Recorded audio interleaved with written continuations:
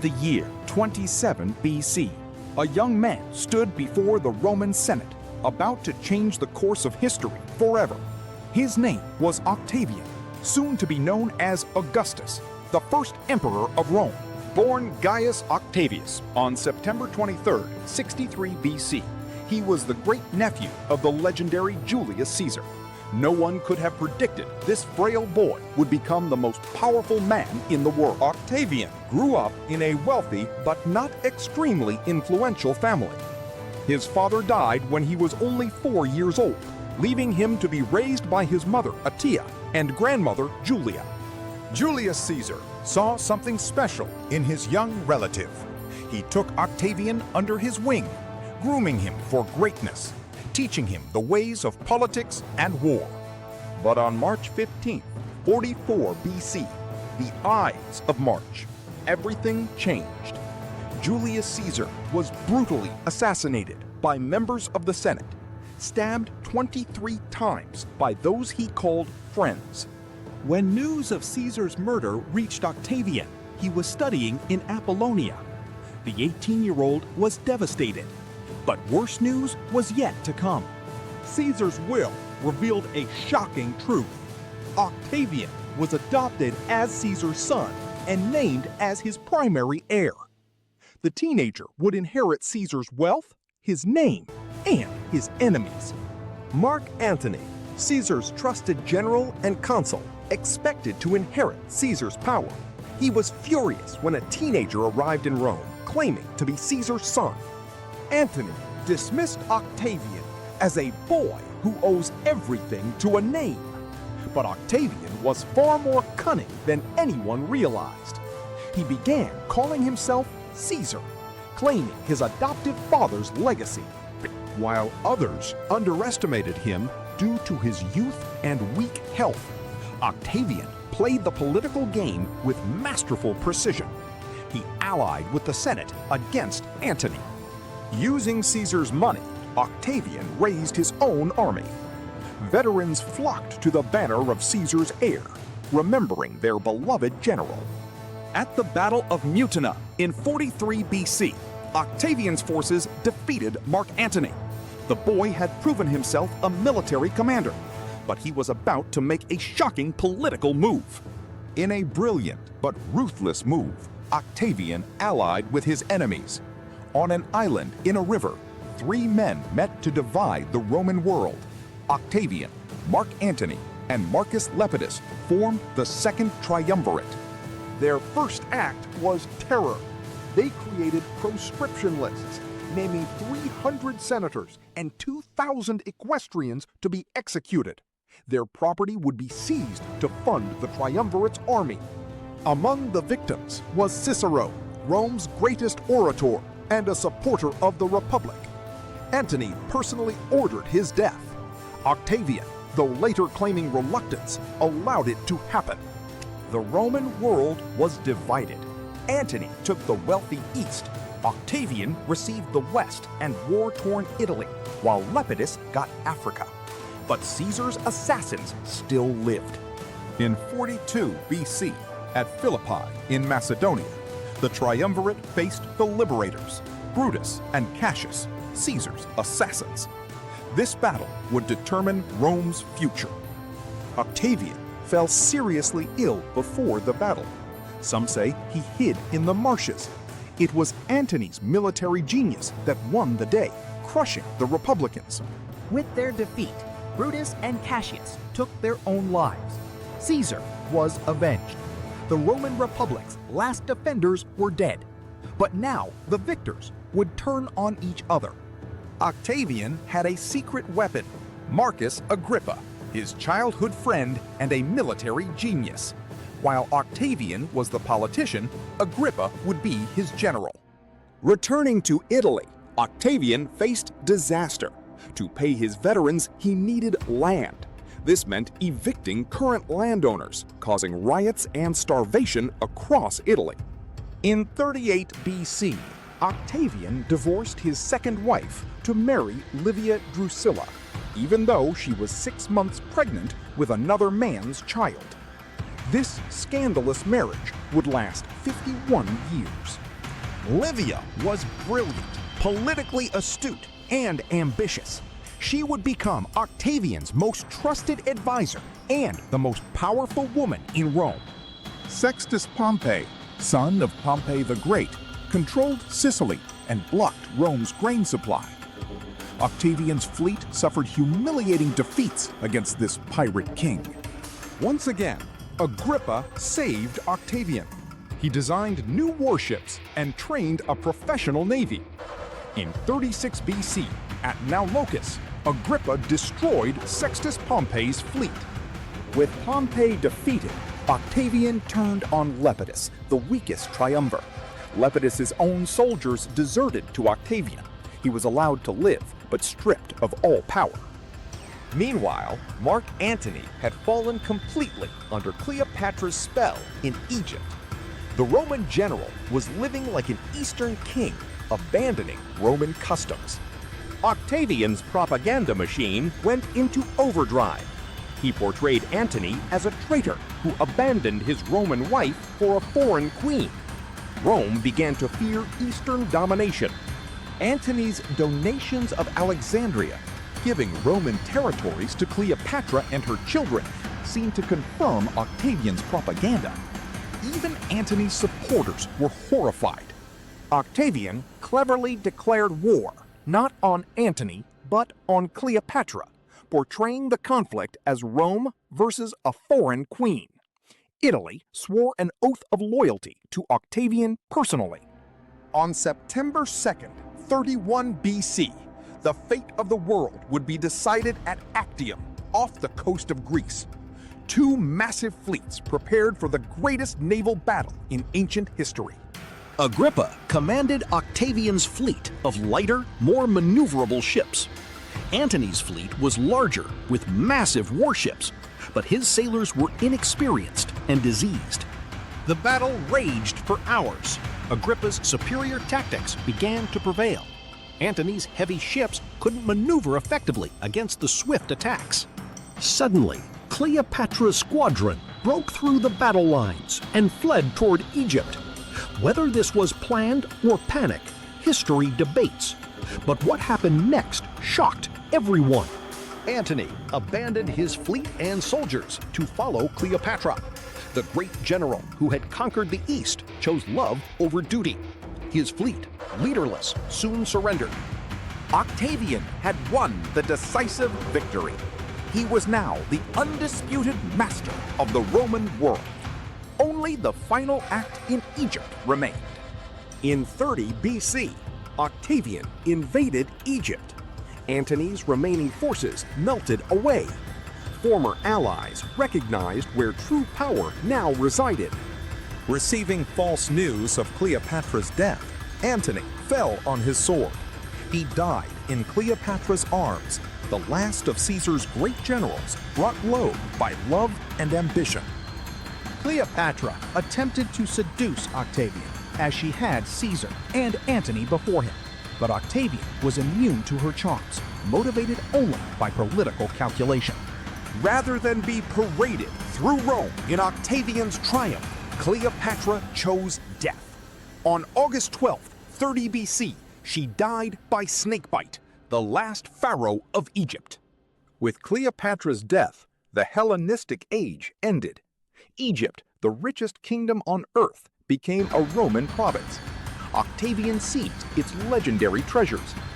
Octavian showed no mercy to Caesarion, Cleopatra's teenage son by Julius Caesar. 2 Caesars are one too many, he reportedly said. The boy was executed. Octavian returned to Rome in triumph, celebrating 3 victories. For 3 days, Egypt's wealth was paraded through Rome's streets. The people had never seen such splendor. But Octavian faced a problem. Romans hated kings. Julius Caesar was murdered for appearing too regal. How could Octavian hold absolute power without Caesar's fate? In 27 BC, in a masterful performance, Octavian offered to resign all powers and restore the Republic. It was political theater at its finest. As planned, the Senate begged him to continue. they granted him a new name, Augustus, meaning the revered one. He was also called Princeps, first citizen. Augustus claimed to have restored the Republic. In reality, he held absolute power disguised behind republican traditions. The Roman Empire had begun, though no one called it that. Augustus reformed every aspect of Roman life. He reorganized the army into professional legions, created the Praetorian Guard, and established an efficient civil service. Building projects transformed Rome. Augustus famously boasted, "I found Rome a city of brick and left it a city of marble." Temples, forums, and monuments rose everywhere. After a century of civil wars, Augustus brought peace, the Pax Romana. For 2 centuries, the Mediterranean world would know unprecedented stability and prosperity. Augustus became a great patron of the arts. Poets like Virgil and Horace celebrated his reign. The Aeneid linked Augustus to Rome's mythical founder, Aeneas. He extended Roman citizenship, built cities across the empire, and promoted Roman culture. The empire became more unified than ever before. Augustus expanded Rome's borders to their greatest extent. Spain, Gaul, Egypt, and much of the Middle East fell under Roman control. But one frontier proved unconquerable: Germania.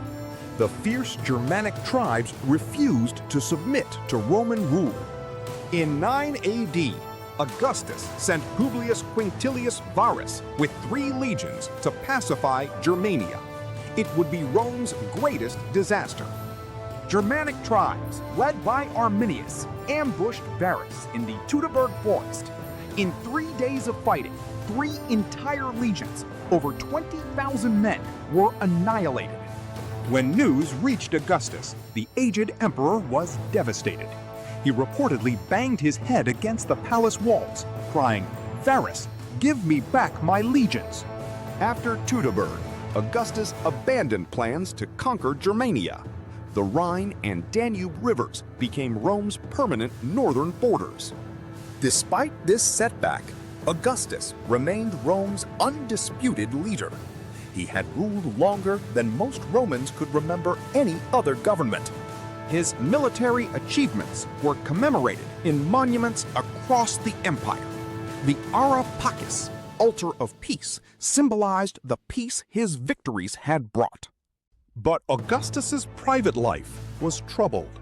He had only one child, Julia, from his first marriage. Providing an heir became his obsession. Augustus first chose his nephew Marcellus as heir, marrying him to Julia. But in 23 BC, Marcellus died suddenly of illness, leaving Augustus without a successor. Augustus forced his trusted friend Agrippa, now in his 40s, to divorce his wife and marry the teenage Julia. Duty to Rome came before personal happiness. Julia and Agrippa had 2 sons, Gaius and Lucius Caesar. Augustus adopted them as his heirs, seeing in them the future of his dynasty. But in 12 BC, Agrippa died. Augustus lost not just his greatest general, but his closest friend. Once again, he needed to arrange Julia's marriage for political purposes. Augustus forced his stepson Tiberius to divorce his beloved wife Vipsania and marry the widowed Julia. Tiberius never forgave this cruelty. Julia rebelled against her father's strict moral laws through scandalous affairs and wild behavior. She mocked her father's social reforms openly. In 2 BC, Augustus could no longer ignore the scandals. He banished his only child to a barren island, never to see her again. Family duty was sacrificed to political reputation. Worse tragedy followed. Both Gaius and Lucius died young, one from battle wounds, one from illness. Augustus's carefully planned succession lay in ruins.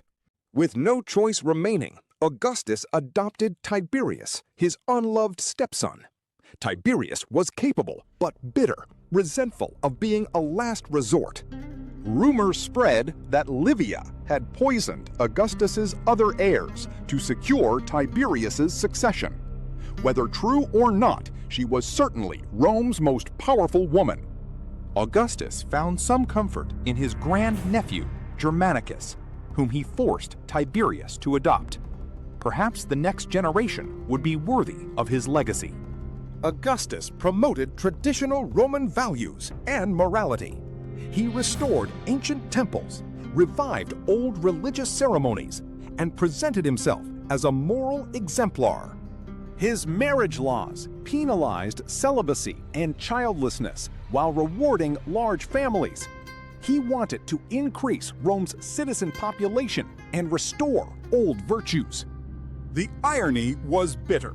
While promoting family values, his own family was a disaster of exile, forced marriages, and untimely deaths. Adultery became a criminal offense. When he exiled Julia for this crime, Romans noted the hypocrisy. Her punishment served his political image. Augustus reinforced class distinctions. Senators must wear togas at public events. Seating at games was strictly segregated by social rank. He understood the power of entertainment. Spectacular games, festivals, and free grain kept the masses content while he consolidated absolute power. In 12 BC, Augustus became Pontifex Maximus, Rome's chief priest. He now held supreme religious authority alongside political and military power. He built the Temple of Mars Ultor, Mars the Avenger, fulfilling a vow made before avenging Julius Caesar's murder. Religion served in the eastern provinces. Augustus allowed himself to be worshipped as a god. In Rome, he was more subtle, allowing worship of his genius or spirit. He restored the Vestal Virgin's privileges and rebuilt ancient temples. By connecting himself to Rome's religious traditions, he legitimized his rule. Augustus promoted Apollo as his patron deity. He built a magnificent temple to Apollo on the Palatine Hill, next to his own modest house. By 14 AD, Augustus was 75 years old. The sickly youth who everyone expected to die young had outlived all his contemporaries.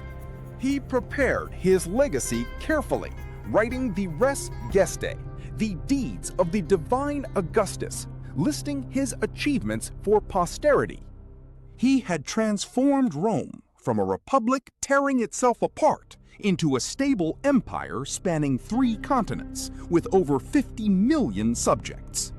On August 19th, 14 AD, in the villa where his father had died 77 years before, Augustus called for a mirror. He arranged his hair and asked, "Have I played my part well?" His last words to Livia were, "Live mindful of our marriage, and farewell." Then he died peacefully, as he had wished, in her arms. Rome mourned genuinely. He had ruled for 44 years. Most Romans had known no other leader. An entire generation had grown up in the peace he created. The Senate deified Augustus, declaring him a god. A senator swore he saw Augustus's spirit ascending to heaven. The first emperor had become the first imperial god. Tiberius succeeded him, ruling through the system Augustus created. The Principate would endure with modifications for centuries. Augustus was entombed in his massive mausoleum in Rome. His body is lost, but his legacy endures. He created the template for European monarchy for 2 millennia. Augustus was a political genius, but not a great general. He won through cunning, propaganda, loyal friends, and infinite patience in planning.